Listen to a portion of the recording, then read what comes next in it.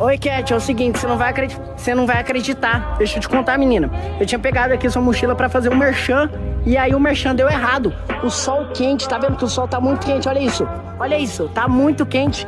E infelizmente, velho, eu deixei a mochila nas minhas costas e ela pegou fogo. Então, desculpa aí, essa daqui era aquela mochila de teste, sabe? E infelizmente ela foi embora. Mas tá de boa, tá de boa. Desculpa, tá? É só isso que eu tenho pra falar pra você mesmo. Não, nem desculpa. Acho que eu fiz um favor. Prontinho, gente, vai ser esse vídeo que eu vou mandar pra Cat. E agora a gente vai ver a reação dela. Ai, ai. Leonardo, você ficou louco. Você começou a perder o juízo das coisas. Como assim você queimou minha mochila? Ela tinha um tanto de coisa. Você vai me arrumar outra. Essa mochila aí é da coleção nova minha ainda, meu. Leonardo, você ficou louco. Você perdeu o senso, né? Não, você surtou. Com certeza você surtou. Olha, você ficou louco. Oh, meu Deus, por que você fez isso? Eu sabia que eu não devia ter feito isso. A Cat ficou muito brava. Gente, eu não devia ter feito isso.